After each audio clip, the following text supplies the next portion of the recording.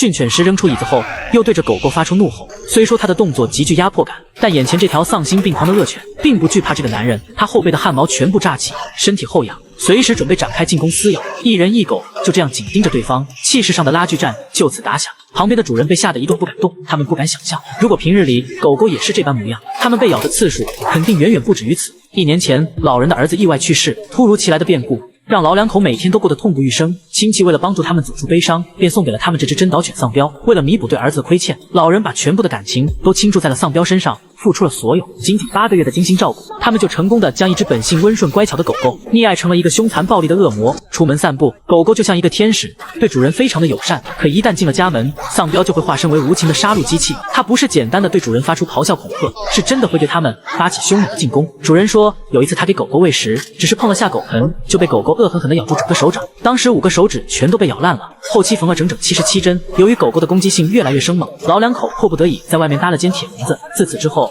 喪彪在家裡一手遮天，兩位老人只能看他的眼色行事。往後的每次餵食，主人都要做很久的思想鬥爭，才敢提心吊膽的上前。身上觸目驚心的傷口讓他不得不加倍小心。但最讓兩位老人頭疼的是，狗狗不允許他们進入家門，只要稍一靠近門口，他就會守在門前，衝他們瘋狂的咆哮，那就會發生非常可怕的事。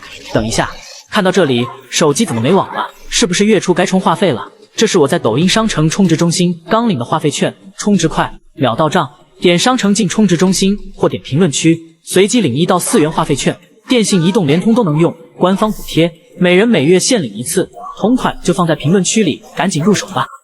如果二人此時膽敢繼續上前，狗狗就會通過瘋狂啃咬門腳來發洩自己的憤怒。如今兩位主人只能走後門進到屋內，為了不惹狗狗生氣，他們每天都要忍受這種擔驚受怕的生活。直到周圍的鄰居發現了這事，為了兩位老人的安全，他就求助到了訓犬師這裡。訓犬師來到後，並沒有急着訓狗，而是先在外面與主人了解情況。在得知喪彪的種種暴行後，訓犬師決定硬剛一下這位讓人聞風喪膽的惡魔。狗狗也有自己的策略，他故意轉過身，想讓訓犬師放鬆警惕，但訓犬師豈能如此輕易被他拿捏？他一邊靠近，一邊發出聲音，接着大步上前，故意去摸門把手。聽到聲音的喪彪瞬間朝他襲來，伴隨着陣陣騰飛。他將尾巴高高豎起，並擺出攻擊姿勢，但訓犬師對此根本不屑一顧，繼續施壓。他的腳再一次前移，狗狗也對着腳發起猛攻。可他很快就意識到，眼前的這個男人並不懼怕自己，即使被咬，也還在繼續前進。他有些尷尬，不知該如何是好。訓犬師怒目圓睜，繼續緊盯着喪彪。狗狗思來想去後，決定暫時後退，避其鋒芒。但就在訓犬師想要再次開門時，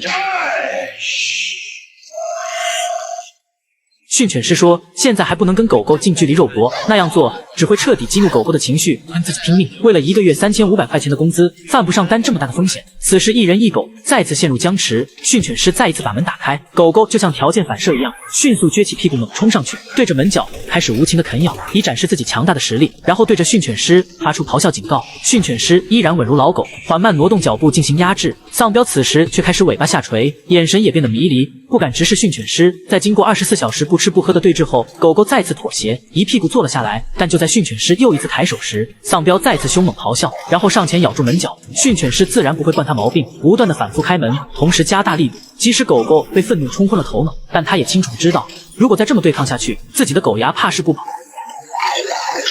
所以他選擇稍稍後退，短暫休息，可眼神中依然流露着不服。訓犬師見狀向倉房走去，出來時手裡多了一張桌子，他直接用力朝着惡犬扔了過去。喪彪不知道這個男人在耍什麼花招，訓犬師卻仔細觀察狗狗的反應。接着他大力推開門，拿起椅子挑釁狗狗，然後又一屁股坐了上去。這個距離完全在狗狗的獵殺範圍之內，但他卻沒有選擇上前攻擊，而是將狗頭扭到一旁逃避視線。通過這一系列的對抗，這條囂張跋扈的惡犬已經被訓犬師徹底拿捏。就是因為兩位老人毫無底線的溺愛，讓狗狗就像被父母寵壞的小孩子，孩子知道只要自己哭鬧，父母就會滿足自己的所有無理要求，久而久之就養成了這種窩裡橫的性格。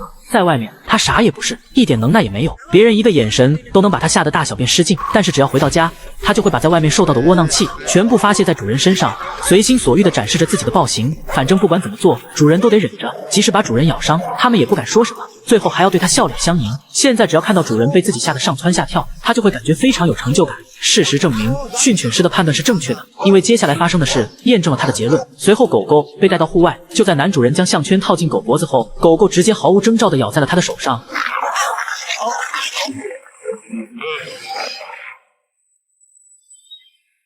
訓犬師上前詢問傷勢如何，可夫妻二人卻竟先忙着給狗狗道歉。事後才对训犬師說，小傷不值一提，他們被咬傷無所謂，就怕把狗狗的牙齒崩壞。能把寵物慣到這種程度，訓犬師也是第一次見，他已經被氣紅溫了，但還是耐着性子告誡兩位主人，狗狗不要說咬主人，就算他敢对主人低吼齜牙，都不能容忍。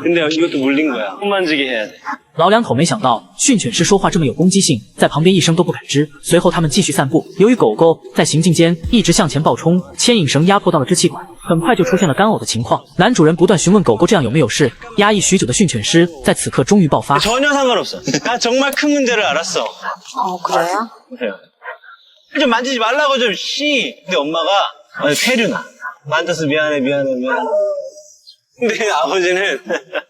训犬師說，狗狗有問題就要讓它改正，不能讓它有恃無恐的野蠻生長。但你們二位卻恰恰相反，狗狗咬人，你們怕它崩壞了牙，自己被咬，還要反過來安慰狗狗，甚至笑臉相迎。如今才8個月大，就已經成長為現在這副模樣。如果再這麼放任不管，早晚有一天會出大事。隨後訓犬師讓主人繼續牽着狗狗走，無論它怎麼反抗，都要對它不屑一顧，就算被拖着走也沒關係，它的感受並不重要。經過1下午的刻意練習，狗狗終於學會慢慢配合主人的腳步，乖乖地跟在主人一側隨行，完全換了一副面孔。說話間，他們就回到了家門口。训犬師先是讓男主人牽着狗狗走到門前就停下，然後再無視他的反抗，將他強硬地拽出来。狗狗身上仿佛装了個神奇的開關，出了這條線就變成溫順天使，進了那條線就變成殘暴的惡魔。他甚至做到了比小時候上學時女同桌畫的3-8線還準的地步。經過1下午的高強度練習，狗狗的眼神終於清澈了許多。此時它趴在地上一動不動。訓犬師最後勸誡兩位主人，這只狗的問題實在是太嚴重了，想要靠它1天的訓練就徹底解決掉所有惡習是絕對不可能的。你們在日後一定要長期堅持今天的訓練，狗狗才有可能徹底變好。最重要的一點就是不要再對它毫無底線的溺愛。1個月後，兩位老人傳來後期視頻，畫面中狗狗明顯對主人友善了很多，性格也不再兇猛殘暴，看樣子真的變好了。